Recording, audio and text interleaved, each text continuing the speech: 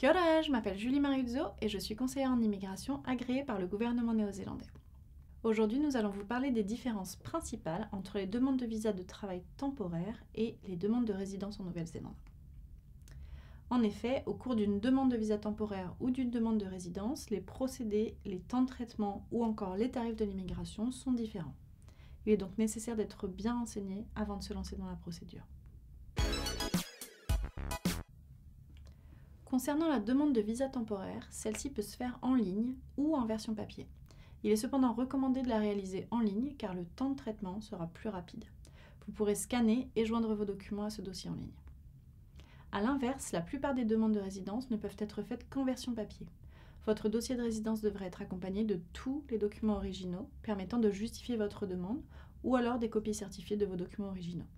J'insiste sur l'importance de fournir tous vos documents originaux à l'immigration, car nos clients sont souvent surpris par cette nécessité. Question de temps de traitement, ils dépendront de nombreux facteurs, dont la qualité de votre dossier. Pour un visa temporaire, cela variera entre 2 semaines et 4 mois, et la résidence est beaucoup plus longue à obtenir puisqu'il faudra compter entre 4 mois et 2 ans selon votre profil et la catégorie de résidence choisie. Enfin, côté tarif, une demande de résidence est beaucoup plus coûteuse qu'une demande de visa temporaire. Comptez entre 2 000 et 3 500 de frais d'immigration pour votre résidence et entre 500 et 700 $ pour un visa de travail temporaire. Si vous avez déjà visionné notre vidéo Expatriation en Nouvelle-Zélande, avez-vous le bon profil? Vous saurez qu'une des exigences de l'immigration est le critère de bonne santé des candidats, et ce pour une demande de visa temporaire ou de résidence. Ce critère est exigé afin que les personnes non résidentes n'imposent pas des coûts importants au système de santé publique de Nouvelle-Zélande. Ce qu'il faut retenir, c'est que l'immigration sera plus encline à accepter un problème de santé dans le cadre d'une demande de résidence que pour un visa temporaire. Cela peut surprendre, mais cela s'explique par le fait que lors de l'examen d'une demande de résidence, l'immigration va avoir une vision plus globale de la situation. L'officier d'immigration va évaluer les atouts du candidat versus ses éventuels problèmes de santé et en fonction de cela, juger de son éligibilité à la résidence.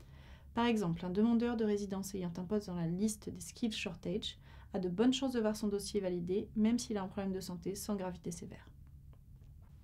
Pour information, l'immigration tient à jour la liste complète des problèmes de santé rédhibitoires. En règle générale, que vous souhaitiez obtenir un visa temporaire ou la résidence, vous devez être de bonne moralité, ne pas présenter de risque pour la sécurité et ne pas menacer la réputation internationale de la Nouvelle-Zélande. Si vous avez eu de graves problèmes de moralité tels qu'une peine de prison ou si vous avez été déporté d'un pays, vous ne pourrez sûrement pas obtenir de visa temporaire et encore moins une résidence, sauf dans des circonstances très particulières. Dans le cas d'autres problèmes de moralité, comme par exemple avoir fourni de fausses informations à l'immigration, vous devrez justifier et expliquer très précisément ce qui s'est passé auprès de l'immigration pour espérer obtenir une exemption à l'exigence de bonne moralité. Il est important de noter que dans le cadre d'une demande de résidence, le seuil de tolérance de l'immigration est bien plus bas que pour une demande de visa temporaire. Cela signifie que si vous avez commis des infractions ou des délits par le passé, tels qu'une conduite en état d'ivresse, vous devrez davantage les justifier que pour une demande de visa temporaire.